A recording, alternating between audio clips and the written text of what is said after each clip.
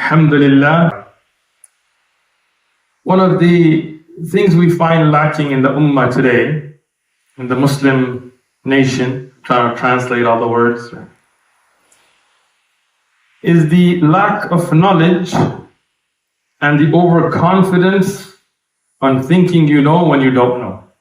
I was talking to one of the du'at, I'm not going to mention his name, he has YouTube channels, quite famous. So he contacted me, told me, I want to be your student. MashaAllah, it's not that easy. And we have many people who come and attend durus, watch videos, but we can count our students on our fingers, sometimes on one hand. Right? They're serious students. Right?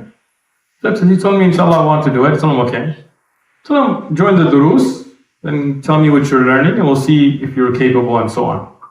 So he told me, what durus do you have? I was like, you don't even know what durus I have? So I told him, we have fiqh on Wednesdays and we have Seerah and Nabawi on Saturdays. He told, I know fiqh and I know Seerah. So I'm okay. So you know Seerah? He told me, yeah.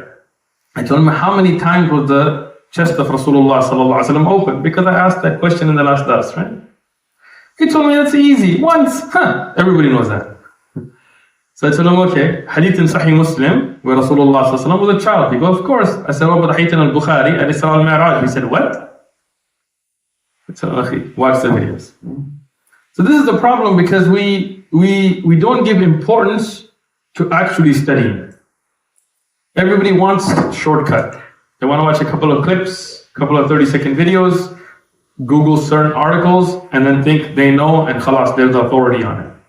But the spending the years and hours and research and reading and tests and all of that, today we've gone away from all of that. But when you look at the Seerah Nabawiyah and the importance of it, Aisha radiallahu anha was asked about the akhlaq of Rasulullah sallallahu alaihi wasallam. It's a beautiful hadith. I don't know, some people, they're just like, get to the story. But why do we not have that love for Rasulullah sallallahu alaihi wasallam? When we hear about the Prophet sallallahu alaihi wasallam, our heart becomes like soft and we feel that connection. Today we've lost that. Aisha radiallahu anha was asked about the akhlaq of Rasulullah sallallahu alaihi wasallam. فقالت عائشة رضي الله عنها, حديث في صحيح مسلم, the hadith is in Sahih Muslim, كان خلق النبي الله, the akhlaq of the Nabi of Allah sallallahu alaihi wasallam, Quran. It was the Quran. It's a very beautiful hadith. If you look at all the good qualities that you find encouraged in the Quran, you will find it in the life of the Prophet sallallahu alaihi wasallam. But there's another meaning to that as well, is that the Quran is explained with the life of the Prophet ﷺ, because he had implemented the Quran into his life. So when you look at tafsir, one of the asbab of tafsir, one of the means how tafsir is done is through the sunnah. And the sunnah is the life of the Prophet ﷺ, what he said, what he did, what he approved of, and so on.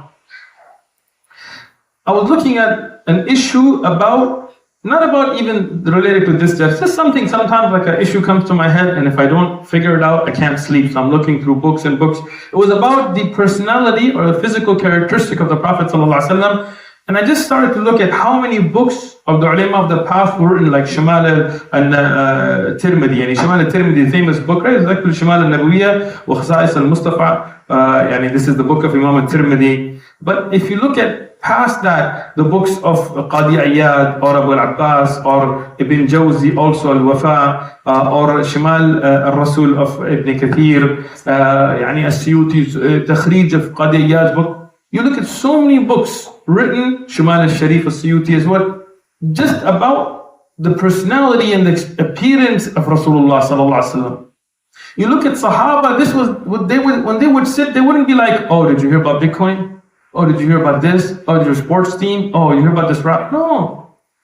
They would sit and they would say, my Khalil, my beloved, taught me these many things. He taught me this, he taught me that. I was with Rasulullah sallallahu alaihi wasallam, he said this. This was their love for Rasulullah sallallahu alaihi wasallam. It's the hadith of Sahal ibn Sa'd radiallahu anhu, where the Sahaba were discussing what is the member of Rasulullah sallallahu alaihi wasallam, what was it made of? And Sa'd ibn Sa'd radiallahu anhu says that many people today, they were not alive. I was there, I can tell you. From this hadith, ulama derived so many fawaid. There's a hadith, there's the entire book, يعني a juz, a small risala written about whether Rasulullah sallallahu alaihi wasallam ate chicken or not. And these were the ulama, and then from that they derived so many ahkam. But this is something we have lost today. Everybody right now is thinking, skip, get through this. If you're sitting at home, you're probably pushing the YouTube right now to get me to skip 10 seconds. In the life of Rasulullah sallallahu alaihi wasallam, we were at the point that Abu Talib, the uncle of Rasulullah sallallahu alaihi wasallam, was taking care of him as an orphan. And this is between the ages of 8 until about 21, 22 years of age. This is the time period we're at. At this time, Abu Talib, he was very poor. And if you look at the Kutub of Tariq across the board, even though he was a chief of the people of Mecca, and he was respected, he was a leader, his opinion was sought. But financially he was poor. Tayyib, why? Awwalan, the first, because Abdul Muttalib had spent his wealth in the khidmah or the ikram or the serving of the hujjaj and the masakeen and the fuqara. And when somebody would be poor or somebody would come to visit Mecca, Abdul Muttalib, from his good qualities, he would spend so much on them that he had spent his money. He didn't leave much to his children. That's one. Secondly, Mecca went through droughts, Mecca went through hard times. There was always ups and downs. And the people of Mecca were businessmen. The thing with businesses, you have ups and downs.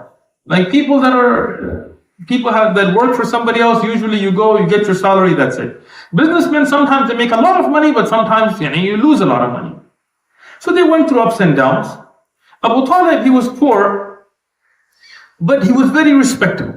And he still commanded respect. And he used to pay attention to the Prophet sallallahu alaihi wasallam a lot. He loved the Prophet Muhammad sallallahu alaihi wasallam. And there are many poems. And these poems are not like, we don't know their asal. We have them in Sahih al-Bukhari. We have the chain. We have the Sahaba who heard them from Abu Talib himself about what he said about the Prophet sallallahu alaihi wasallam and so on. So he praised the Prophet ﷺ a lot, and we'll talk a little bit about that. But before that, Abu Talib wanted to financially become secure. So he wanted to do trade, and that was the people of Mecca, that's what they did. On one of those, and this hadith in Sahih al-Bukhari, and this is no doubt to the authenticity of it, he decided to go and travel to Sham, to the area of Sham. Okay? Now, before we get into that, what was the job of the Prophet ﷺ? And he was not a businessman because he was 8 years old. So what was his job, alayhi salatu wasalam? He used to be a shepherd. He would take care of goats and sheep. Right?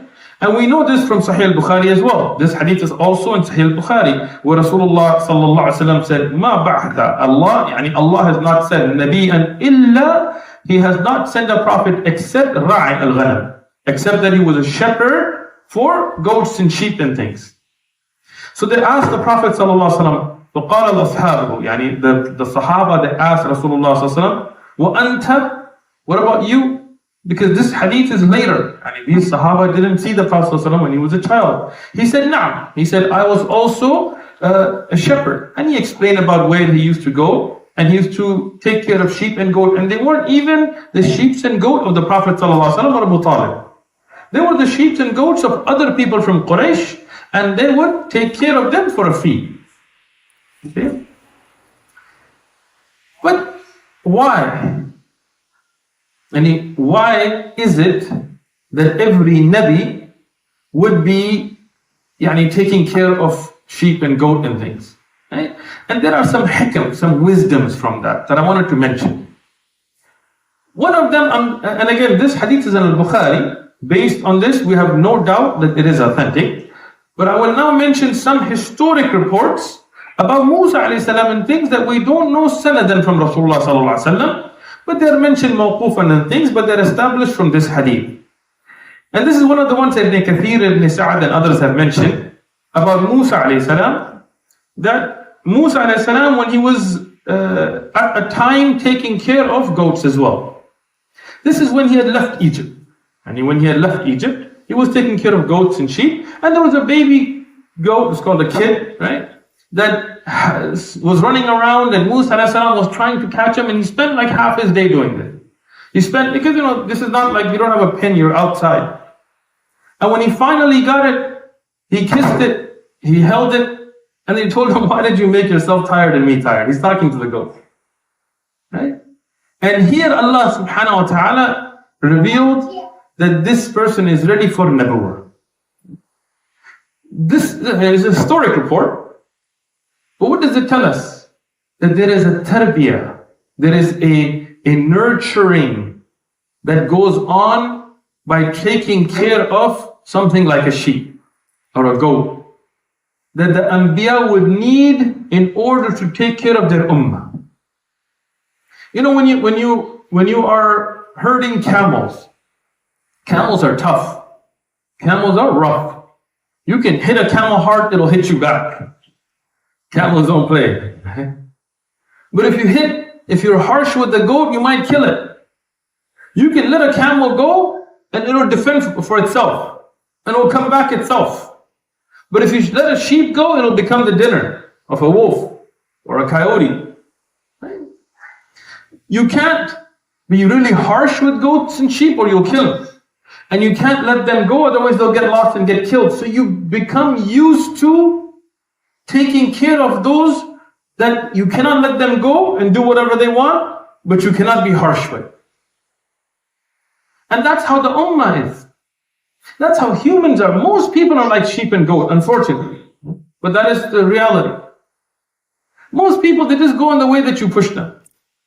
If you are raised in an environment that leans one way, you just go that way. There are few who are able to be open-minded and critical thinking enough to choose the truth on their own. And then, even if they do, to be self-disciplined enough to stay on the truth. And that is why the Anbiya, they would have this tarbiyah. And Rasulullah sallallahu alaihi wasallam, he had this tarbiyah as well. We see another hikmah that I found. And Allah knows best. In that is shepherds get a lot of time alone. Meaning not alone away from the animals, but alone away from people. When you are, let's say you are a store owner, all day you're dealing with people. All day you're listening to customers, you're selling, you're buying, you're bargaining, you're doing this, you're doing that. But as a shepherd, you're out in the wilderness.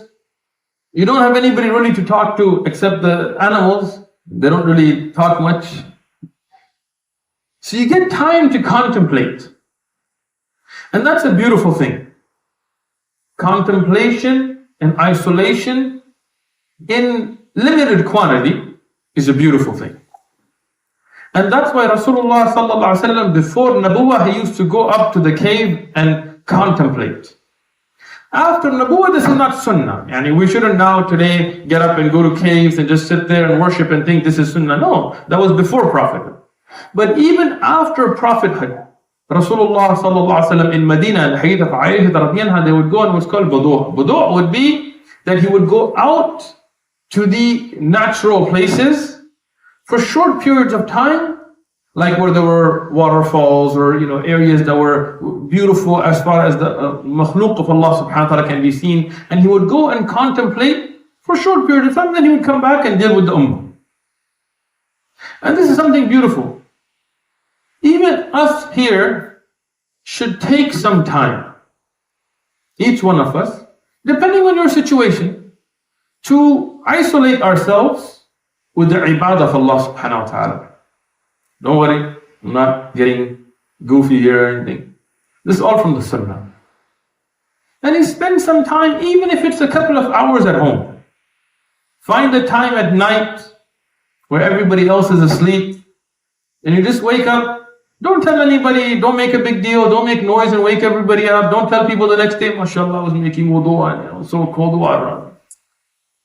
Mashallah, every night I do this, mashallah. Alhamdulillah. I'm not bragging. No, what are you doing? Take some time And just make it your time with Allah subhanahu wa ta'ala.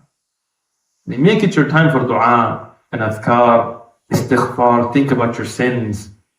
Think about what you're doing. Think about what you did that day, what you shouldn't have done, what you should have done. And this is something that we see from the tarbiyah that was given to the Anbiya. Rasulullah sallallahu alaihi wasallam, before I get to the tijara trip that I want to get to, Abu Talib saw special characteristics in the Prophet sallallahu alaihi wasallam. He saw this young man to be special, to be blessed.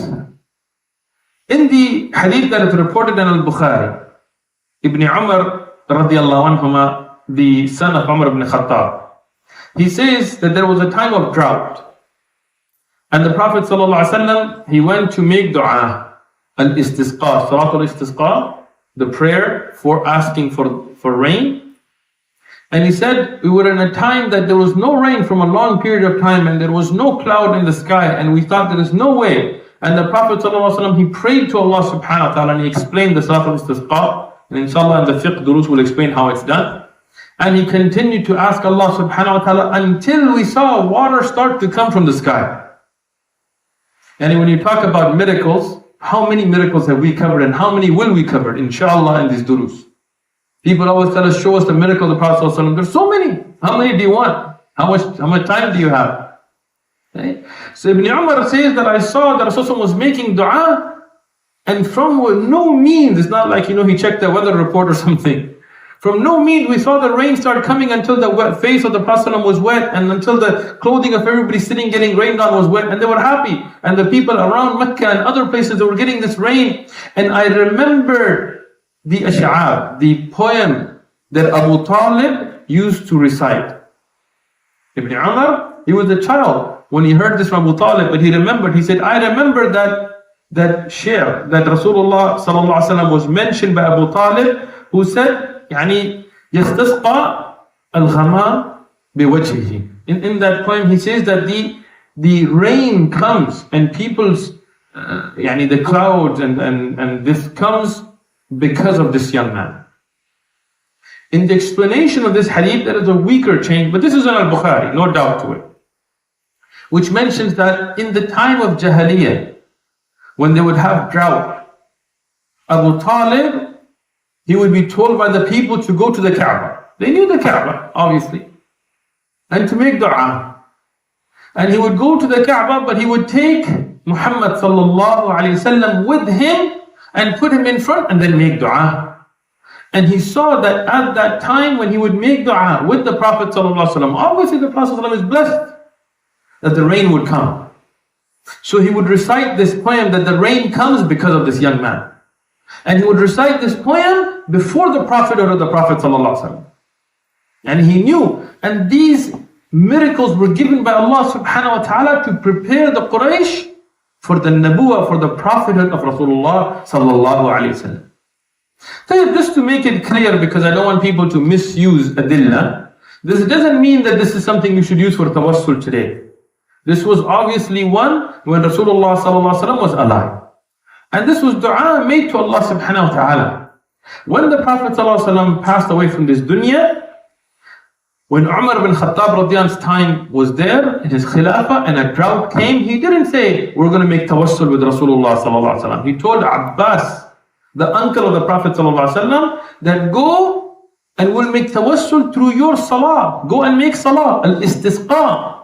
And that is the sunnah. The sunnah is not that you say, oh Allah, because of your Prophet. No, the sunnah is that you go and you beg Allah and you make the salah that the Prophet taught us in the way. And we take the most pious and most, the ones that we see to be the closest to Allah subhanahu wa ta'ala from those that are living, from the scholars, and we ask them to go and make that salah. Khair, Ibn Ishaq, Ibn Hisham, Ibn Sa'ad, Al-Tabari, Al-Tirmidhi, Abu Nu'aym, Al-Hakim, all of them have mentioned, and as I mentioned, the asas of it being in Al-Bukhari, but the longer version that we'll mention here, and Shaykhuna Albani in his Sahih Seerah al-Nabawiyah graded this narration to be Jayyid, Al-Tirmidhi graded it to be Hasan, Al-Hakim, Ibn Hajar al-Suyuti to be Sahih. So it's authentic narration that when Rasulullah sallallahu alaihi wasallam was at about 12 years of age, Abu Talib wanted to go for tijara.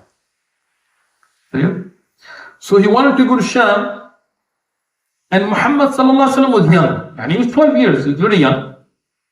But he saw a barakah, a blessing in this young man.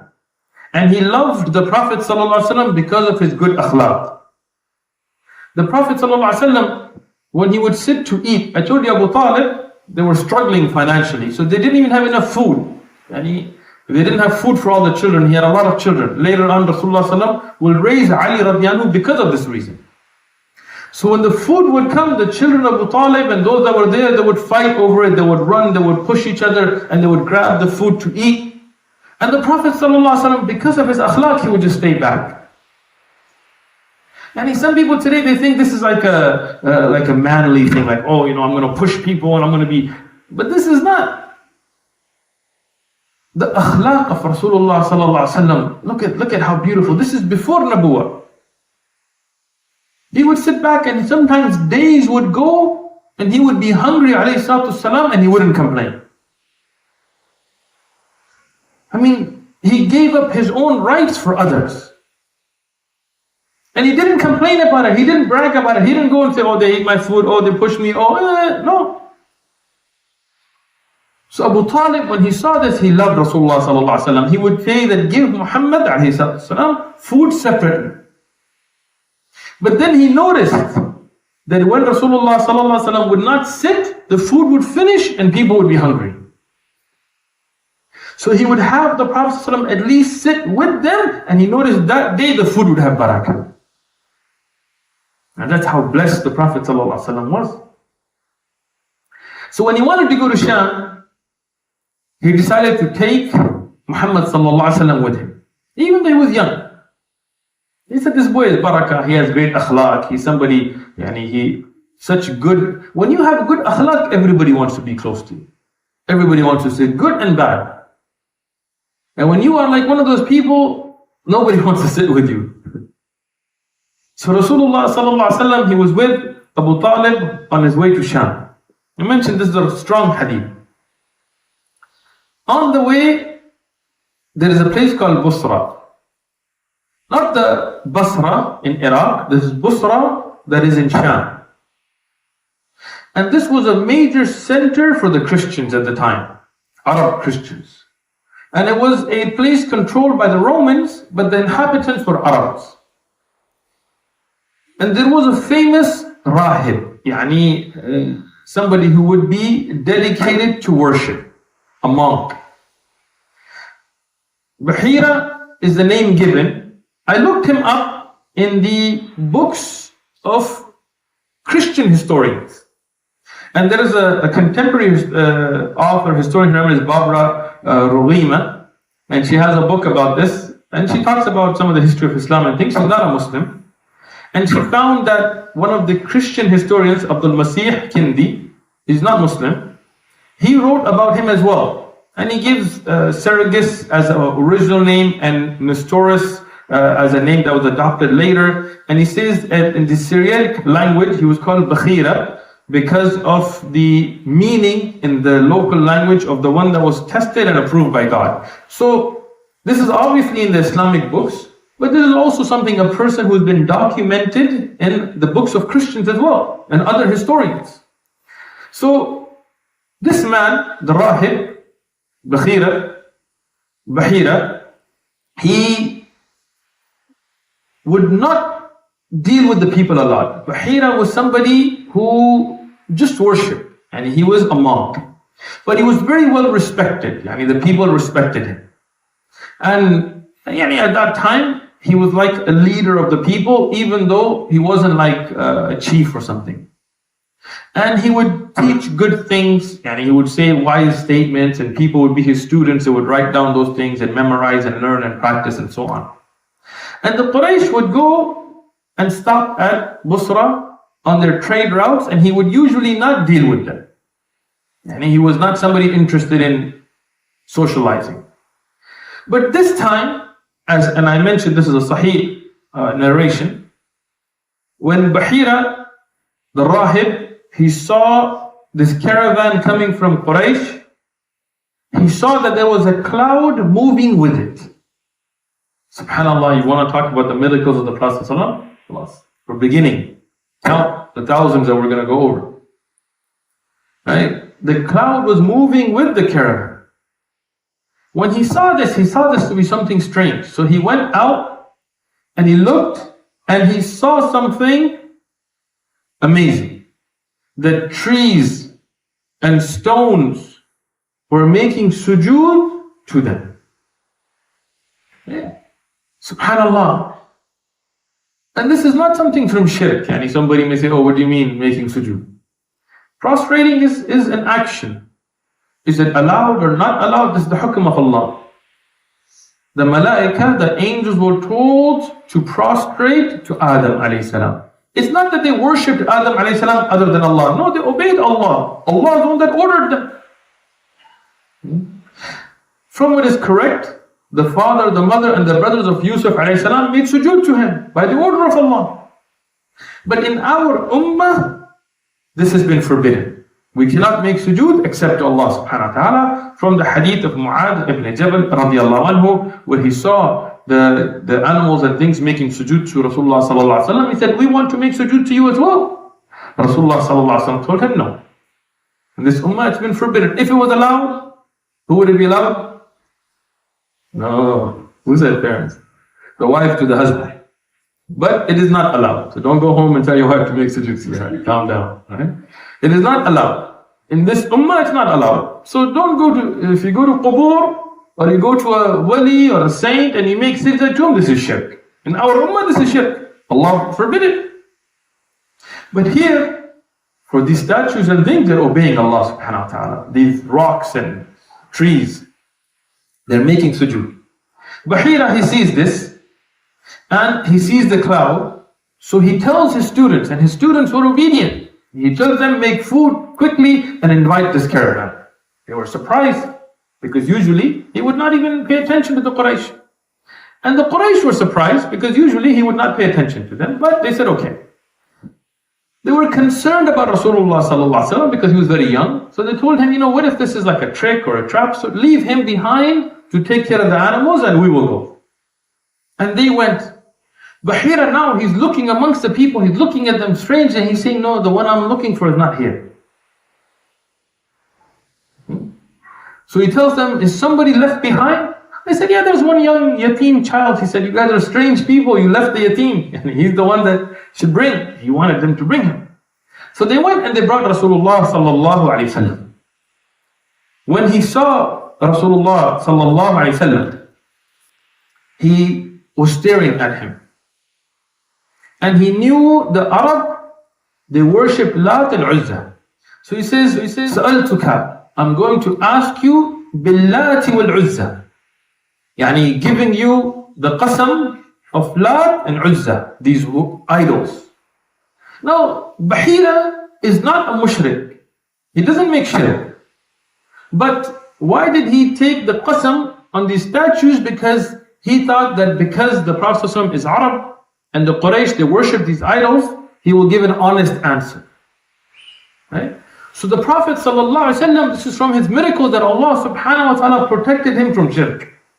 Even as a child, he never made shirk. He never worshipped an idol. And so the Prophet ﷺ said, لا تسألني, do not ask me باللات والعزة. Do not ask me by them. فوالله, why swear by Allah, that the most hated things to me are Lat and Uzza. They are the most hated things to me. Even though he's not a prophet, but this is the fitrah that Allah subhanahu wa ta'ala protected for him. The Prophet ﷺ, he never drank alcohol, he never made zina, he never lied, he never broke a promise, even before Nabuwah. And what a beautiful example we have.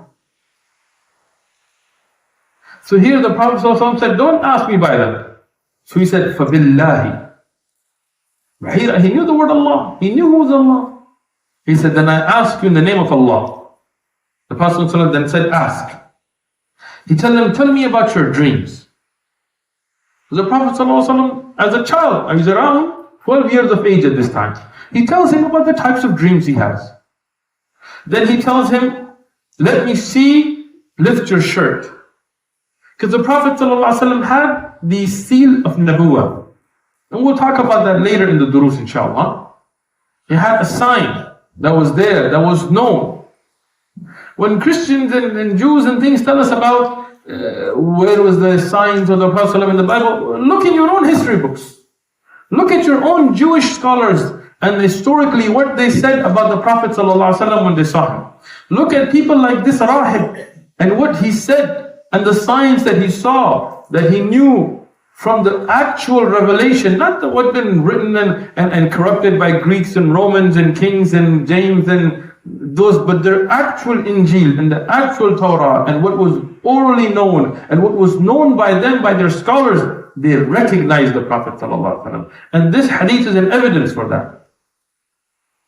When he saw this, he told him, فَقَالْ هَذَا سَيِّدُ الْعَالَمِينَ. He told Abu Talib, this man, this child, this young man is Sayyid, is the leader of Alameen, of the worlds. Allah has chosen him.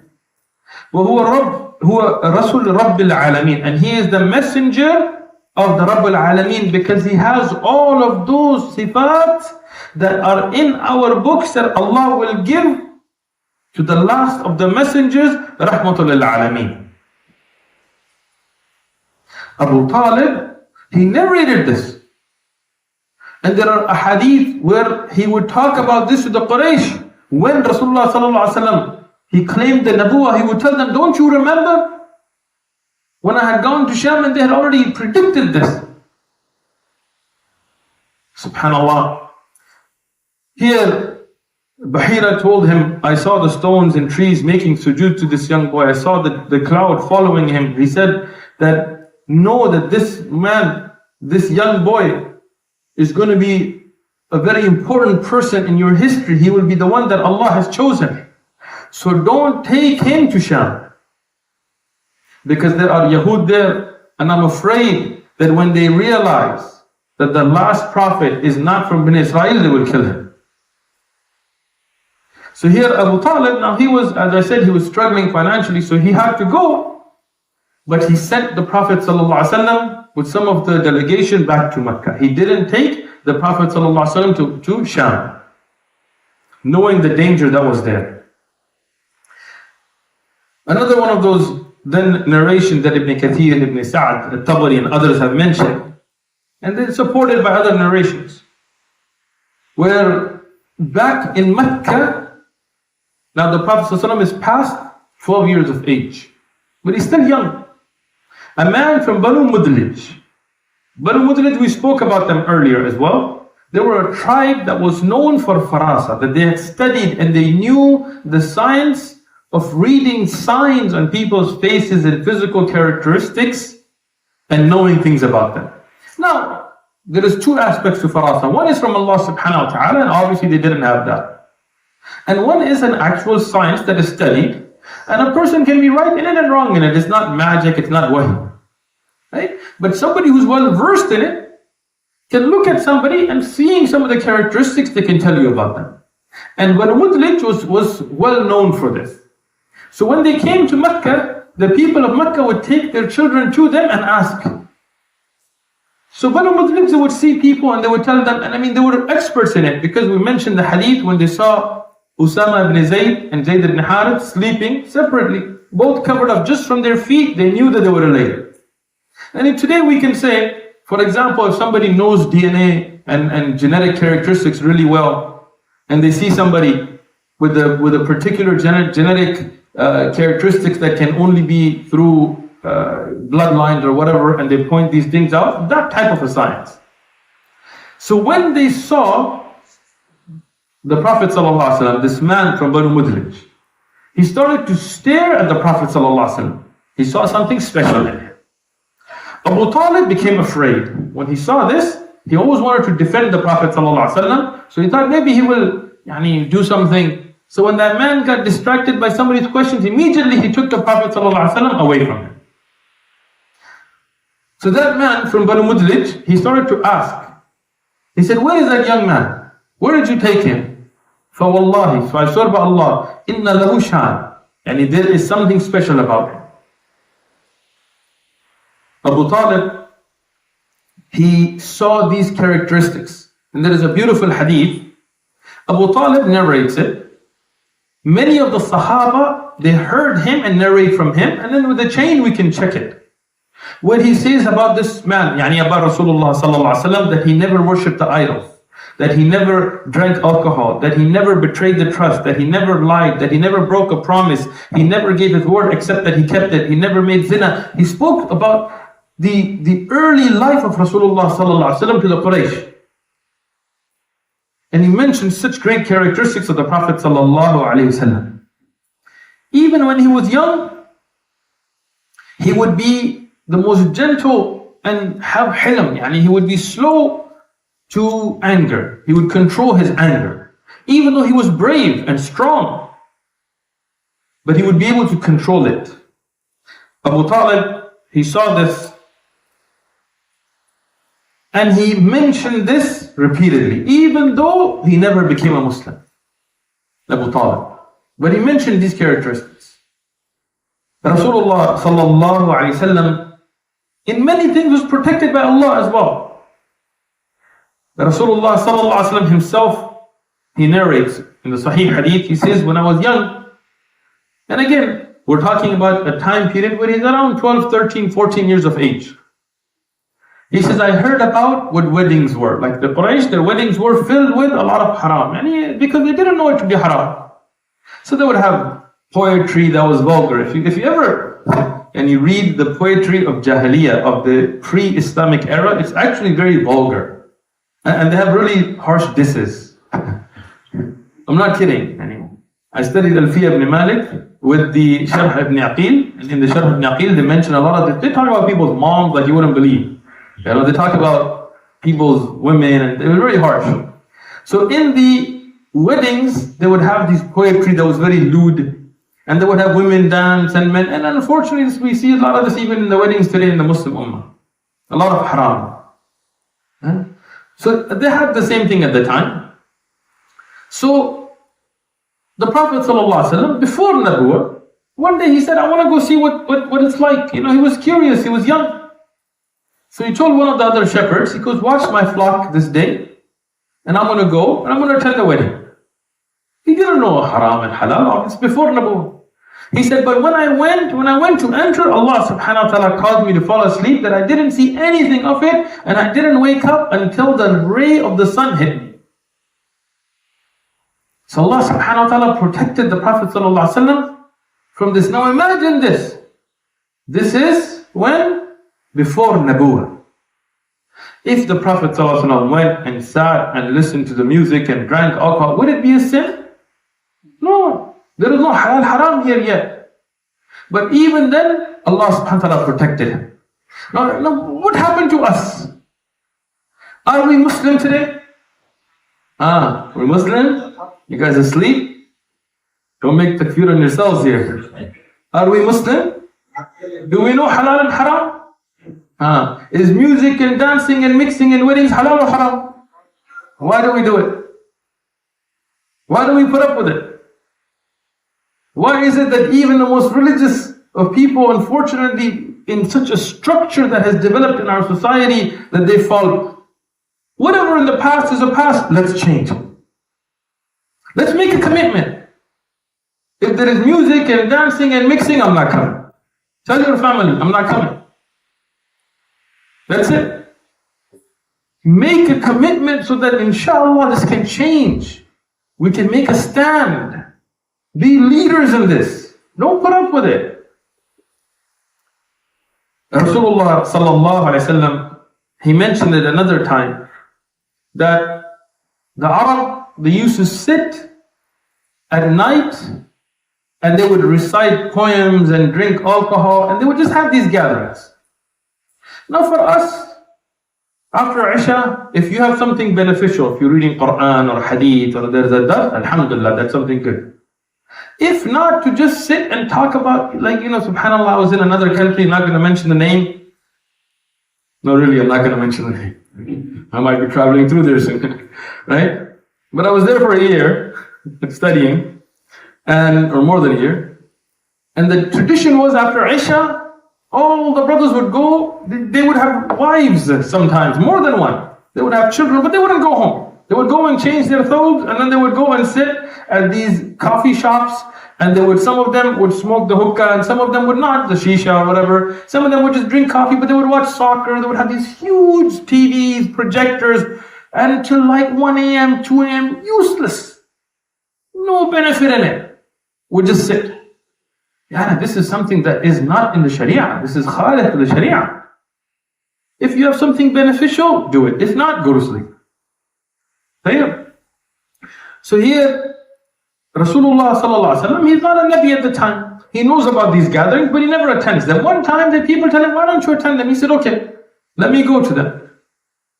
He goes, and the same thing happens. As soon as he's about to enter, he falls asleep. He goes, I didn't wake up. I didn't hear anything from their poetry and things. I didn't wake up till the light of the sun came. When they're rebuilding the Kaaba. Now again, they don't know Awra, they don't know any of this, right? His uncles, they're rebuilding the Kaaba, they're carrying these big rocks. So it's harsh when you put it on your neck, and it hurts. You're lifting it up. Sharp edges and rough corners. So what they would do, they wouldn't have a lot of cloth. Like today, we have a lot of clothing. SubhanAllah, today, Allah forgive me first, then our brothers, right? And then sisters. Some of our brothers are worse than sisters in this. They have like 30, 40 pairs of clothing. You go to their houses, you have like so many clothing, so many shoes. Alhamdulillah, Allah has blessed us nowadays. Shouldn't do israf, but at that time they didn't have a lot of cloth. So they would have the izar, what they would call mawis, lungi, loin cloth, whatever, right? The wrap. And what they would do is they would take it off and they would tie it on their neck, or they would use it to protect themselves, and the awrah would be exposed. So the Prophet ﷺ, his uncle said, why don't you do the same thing? Everybody's doing it that way, but he was very shy, so he didn't want to do it. So his uncle pressured him. But before he could do it, Allah subhanahu wa ta'ala made him faint. So Allah subhanahu wa ta'ala protected him from all these things even before Nabuwwah. Now, the Prophet ﷺ, he gets to an age where he is known throughout Mecca as a Sadiq, as the truthful, as the Ameen, as the one who is the best in keeping his word.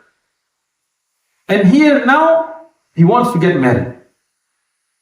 And even though they are not the richest of families, but they are honored, and he was well known to be from the best of people. Inshallah, we'll pick up with that the next dars with the will of Allah subhanahu wa ta'ala.